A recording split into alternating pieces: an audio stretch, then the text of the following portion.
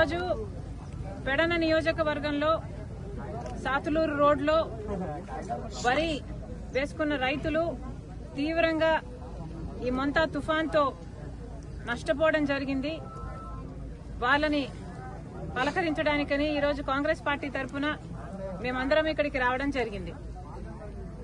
మా వెనకాల చూస్తే, మా వెనకాల కెమెరాలు అన్నట్టు పాయింట్ చేయండి అమ్మా, మా వెనకాల చూస్తే ఒట్టి ఈ రోడ్లోనే 400 ఎకరాలకు పైగా వరి మునిగిపోయింది. పంట దేనికి పనికి రాకుండా పోయింది. ఇలా మొంతా తుఫాను మన రాష్ట్రంలో చేసిన బీభత్సానికి మొత్తం రైతాంగం మొత్తంగానే తీవ్రంగా నష్టపోయారు. అసలే అప్పుల్లో ఉన్నారు. వాళ్ళ కష్టాలలో వాళ్ళు అప్పులు తెచ్చి పంటను పండించాలనుకుంటే అన్ని రకాల ఇబ్బందులు వాళ్ళకు ఎదురయ్యాయి. ఇవన్నీ కూడా అధిగమించి ఆఖరికి ఎరువులు ఇలాంటివి కూడా కొనుక్కోవడానికి బ్లాక్ లో కొనుక్కుని ఈరోజు ఈ స్థాయి వరకు పంటను తీసుకొస్తే మొంతా తుఫాన్తో మొత్తానికే నష్టపోయారు రైతులు. కానీ నిన్న చంద్రబాబు గారు మొంతా తుఫానికి నష్టం జరిగింది అని చెప్తూ అంచనాలు చాలా తక్కువ చేసి చూపించారు. మరి ముఖ్యమంత్రి గారి ఉద్దేశం ఏమిటో ప్రజలకు అర్థం కావటం లేదు. కానీ ఒకవేళ ఎక్కువ అని చెప్తే పరిహారం ఎక్కువ ఇవ్వాల్సి వస్తుంది అని ముఖ్యమంత్రి గారు అనుకున్నట్టున్నారు. కానీ ప్రభుత్వానికి, ముఖ్యమంత్రి గారికి చెప్తున్నాం, మీరు చెప్పిన ఫిగర్స్ కి వాస్తవాలకి అసలు పొంతనే లేకుండా ఉంది. ముఖ్యమంత్రి గారి ప్రకారము కేవలం 829 కోట్ల రూపాయలు వ్యవసాయ నష్టం జరిగింది. హార్టికల్చర్ ఇంకో 40 కోట్ల నష్టం జరిగింది. అలాగే ఆక్వా ఒక 1515, ఇలా పశువులు, ఎలక్ట్రిసిటీ, రోడ్లు అన్ని కలుపుకొని ఎక్సెట్రా అన్ని కలుపుకొని 5,000 కోట్ల నష్టం జరిగింది అని ముఖ్యమంత్రి చంద్రబాబు గారు చెప్పడం జరిగింది. కానీ ఇది వాస్తవానికి ఏమాత్రం దగ్గరగా లేదు. ఇది పూర్తిగా అవాస్తవమని రైతులు చెప్పడమే కాదు, ఎక్కడికక్కడ ఏ నియోజకవర్గంలో రైతుల్ని పలకరించినా తీవ్రంగా నష్టం జరిగింది అని చెప్తున్నారు. పైగా మా దగ్గరికి వచ్చి ఎవరు సర్వేలు చేసింది లేదు, అంచనాలు వేసింది లేదు అని చెప్తున్నారు. కాంగ్రెస్ పార్టీ తరఫున కాంగ్రెస్ కిసాన్ సెల్ చేసిన సర్వే ప్రకారము దాదాపు 20 నుంచి 22 లక్షల ఎకరాల వరకు పంట నష్టం జరిగింది అని మేము అంచనా వేశాం. ఉట్టి వరియే 13 లక్షల ఎకరాలలో వరి నష్టం జరిగింది. పత్తి 3 లక్షల ఎకరాలలో మునిగిపోయి అసలు దేనికి పనికి రాకుండా పోయింది. అలాగే వేరుశనగ 1.5 లక్షల ఎకరాలు, అలాగే జొన్న 2.5 లక్షల ఎకరాలు, ఇలా అన్ని కలుపుకుంటే దాదాపు 20 నుంచి 22 లక్షల ఎకరాలలో పంట నష్టం జరిగింది. 20,000 కోట్ల రూపాయలు మొత్తం వ్యవసాయంతో సహా మిగతా అన్ని అంచనాలు వేసుకుంటే కనీసం 20,000 కోట్ల రూపాయలు నష్టం జరిగిందని కాంగ్రెస్ పార్టీ అంచనా వేసింది. అసలే రైతులు ఇబ్బందుల్లో ఉన్నారు. ఇప్పటికే రైతులకి గిట్టుబాటు ధర లేదు, మద్దతు ధర లేదు. కష్టపడి పండించినా కూడా వరికి సైతం అమ్ముకునే దిక్కు లేదు. ఇప్పటికీ కూడా వరి ఎన్ని ఇబ్బందులు ఎదురైనా అన్ని అధిగమించి రైతు పండించినా కూడా మిల్లర్ల దగ్గర మళ్లీ నష్టపోతున్నారు. ఇప్పటికే ఈ పరిస్థితి ఉంటే మరి ఈ తుఫాన్ దెబ్బతో రైతులు ఇంకా నష్టపోయారు. కనీసం 35,000 రూపాయలు ప్రతి ఎకరాకు మేము ఖర్చు పెట్టాము. అదంతా బూడిదలో పోసిన పన్నీరే, మొత్తానికే పోయినట్టే, అసలు ఏమీ చేతికి రాదు అని ఇక్కడ రైతులు చెప్తున్నారు. ఫ్లోర్ ఆఫ్ ద హౌస్ లో కేంద్ర మంత్రి గారు చెప్పిన విషయము, జగన్మోహన్ రెడ్డి గారి ప్రభుత్వం 3,100 ఎన్నో కోట్లను బకాయిలను పెట్టింది, పంట బీమా కట్టలేదు కాబట్టి మేము కూడా ఇవ్వలేదు అన్నారు. పోనీ చంద్రబాబు గారి ప్రభుత్వం వచ్చిన తర్వాత ఈయనైనా ఏమైనా చేస్తాడు అంటే ఓ సంవత్సరంన్నర గడిచిపోయింది, ఈయన కూడా ఏమీ చేయలేదు.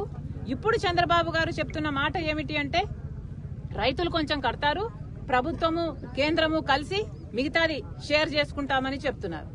దాంతో ఇప్పుడు కేవలం వడ్డీ తీసుకుంటున్న రైతులకు మ్యాండేటరీగా 14.5 లక్షల మంది రైతులకు మాత్రమే ఈ బీమా వర్తిస్తుంది. అది కాకుండా వాలంటరీగా కేవలం ఒక 6.5 లక్షల రైతులు మాత్రమే ఈ బీమా ప్రీమియంలు కడుతున్నారు. అంటే మన రాష్ట్రంలో 80 లక్షల మంది రైతులుంటే కేవలం 21 లక్ష మంది రైతులు మాత్రమే బీమా కట్టగలిగే స్తోమత ఉంది, మేము కడతాము అని కడుతున్నారు. అంటే 60 లక్షల రైతులు కట్టడమే లేదు. ఎందుకంటే ఇప్పటికే అప్పులు పాలైపోయాం, మళ్ళీ బీమాకు కట్టాలంటే మాకు డబ్బులు లేవని వాళ్ళు కట్టడం లేదు. దాంతో ఇలాంటి దెబ్బలు తగులితే పూర్తిగా నష్టపోతున్నారు. పోనీ ప్రభుత్వం ఏదైనా ఆదుకుంటుంది అంటే ఒక్కొక్క ఎకరాకు కనీసం 35,000 రూపాయలు నష్టం జరిగితే కనీసం 25,000 రూపాయలైనా నష్టపరిహారం ఎప్పుడైనా ఇచ్చారా? పోయినసారి కూడా ఇచ్చింది చంద్రబాబు గారు కేవలం 5,000 6,000 రూపాయలు. మరి ఇలా అయితే అసలు రైతులు ఎలా బ్రతకాలి? కాంగ్రెస్ పార్టీ చాలా తీవ్రంగా డిమాండ్ చేస్తుంది. కనీసం ఒక్కొక్క రైతుకి ఒక్కొక్క ఎకరాకి 25,000 రూపాయలు ఈ తుఫాన్తో నష్టపోయిన ప్రతి ఎకరాకి 25,000 రూపాయలు నష్టపరిహారం చెల్లించాలి. అంతేకాదు చంద్రబాబు గారు పూర్తిగా మళ్లీ సర్వే చేపించాలి. ఎన్ని ఎకరాలు నష్టపోయింది అని వాస్తవానికి దగ్గరగా ఉండే అంచనాలు వేయాలి. పరిహారం ఎక్కడ ఇవ్వాల్సి వస్తుందో అని తప్పించుకునే ప్రయత్నం చేయకుండా, తగ్గించే ప్రయత్నం చేయకుండా నిజంగానే ఎన్ని ఎకరాలలో నష్టం జరిగిందో వాస్తవంగా సర్వేలు జరగాలి. ప్రతి ఎకరాకి 25,000 రూపాయలైనా కనీసం నష్టపరిహారం ఇవ్వాలి. మోడీ గారిని కూడా డిమాండ్ చేస్తున్నాం. ఇది నేషనల్ డిజాస్టర్ గా దీన్ని పరిగణలోకి తీసుకోవాలి. ఈ రాష్ట్రానికి కావాల్సిన నిధులైతేనేమి, ఆదుకోవడం అయితేనేమి మోడీ గారు శ్రద్ధ చూపాలని డిమాండ్ చేస్తున్నాం. Thank you. ప్రజలందరూ వేచి చూస్తున్నారు. మోడీ గారు మన రాష్ట్రానికి వస్తున్నారు, చక్కగా మాట్లాడుతున్నారు, పోతున్నారు. కానీ ప్రత్యేక హోదా 10 సంవత్సరాలుగా ఎందుకు ఇవ్వటం లేదు అని మాట్లాడటం లేదు. అమరావతికి మాకు నిధులు కావాలి అంటే అప్పులు ఎందుకు ఇస్తున్నారో మాట్లాడటం లేదు. విశాఖ స్టీల్ ప్రైవేటీకరణ చేయబోము అని మనకు హామీ ఇచ్చి వెళ్లటం లేదు. పోలవరం ప్రాజెక్టు 45 మీటర్లలో R&R ప్యాకేజీలు అందరికీ ఇస్తాము అన్న హామీ ఇవ్వటం లేదు. ఇలా మనకు రావాల్సిన విభజన హామీలలో ఏ ఒక్క దాని గురించి మాట్లాడకుండా చక్కగా మోడీ గారు వస్తున్నారు. ఆయన పార్టీకైనా ఏది చెప్పాలనుకుంటున్నారో అది చెప్పి వెళ్లిపోతున్నారు. దాంతో చంద్రబాబు గారైనా పవన్ కళ్యాణ్ గారైనా ఎందుకు మురిసిపోతున్నారో మరి మురిసిపోతున్నారు. ఆయన యుగ పురుషుడు, యూనివర్స్ పురుషుడు అన్నట్టుగా ఎత్తేస్తున్నారు. మరి ఇది ఎక్కడి న్యాయం అని అడుగుతున్నాం. మనకు కావాల్సిందేమిటి? ఆంధ్ర రాష్ట్రం కేంద్రానికి చేస్తున్నదేమిటి? ఈ రోజు కేంద్రంలో బీజేపీ ప్రభుత్వం అధికారంలో ఉంది అంటే దానికి కారణం ఇక్కడ ఆంధ్ర రాష్ట్రంలో ప్రజలు వేసిన ఓట్లకి చంద్రబాబు గారు, పవన్ కళ్యాణ్ గారు ఇస్తున్న మద్దతు. అంటే ఈ రోజు బీజేపీ నిలబడి ఉంది అంటే దానికి కారణం ఆంధ్ర రాష్ట్ర ప్రజలు. ఆంధ్ర రాష్ట్ర ప్రజలు వేసిన ఓట్లతో, ఈ బలంతో, ఈ ఎంపీలతో అక్కడ కేంద్రంలో బీజేపీ అధికారంలో ఉంది. కానీ మన అవసరాలు ఎప్పుడూ కనిపించలేదు బీజేపీ పార్టీకి, మోడీకి. ఆంధ్ర రాష్ట్రం ఎప్పుడైనా కనిపించింది అంటే ఎన్ని ఓట్లు వస్తున్నాయి, ఎన్ని సీట్లు వస్తున్నాయి, మాకెంత బలం ఇస్తున్నారు. గత ప్రభుత్వమైనా అంతే, ఈ ప్రభుత్వమైనా అంతే. మాకేం వస్తుంది అని చూసుకుంటున్నారు తప్పితే మనం ఏం చేస్తున్నాం ఆంధ్ర రాష్ట్ర ప్రజలకు అని ఇప్పటి వరకు మోడీ గారు ఒక్కసారి కూడా ఆలోచన చేసింది లేదు. మరి ఇక్కడ ప్రజలు ఎలా బతకాలి? అసలు ఈ రైతుల పరిస్థితి ఏమిటో చంద్రబాబు గారు సమాధానం చెప్పాలి. కనీసం ఇది వరకు పంట బీమా అయినా ఉండేది. విల బీమా లేకపోతే రైతులు కట్టుకునే పరిస్థితి లేదు. రైతులు కట్టాల్సిన వాటా కూడా ప్రభుత్వమే కట్టాలి అని డిమాండ్ చేస్తున్నాం.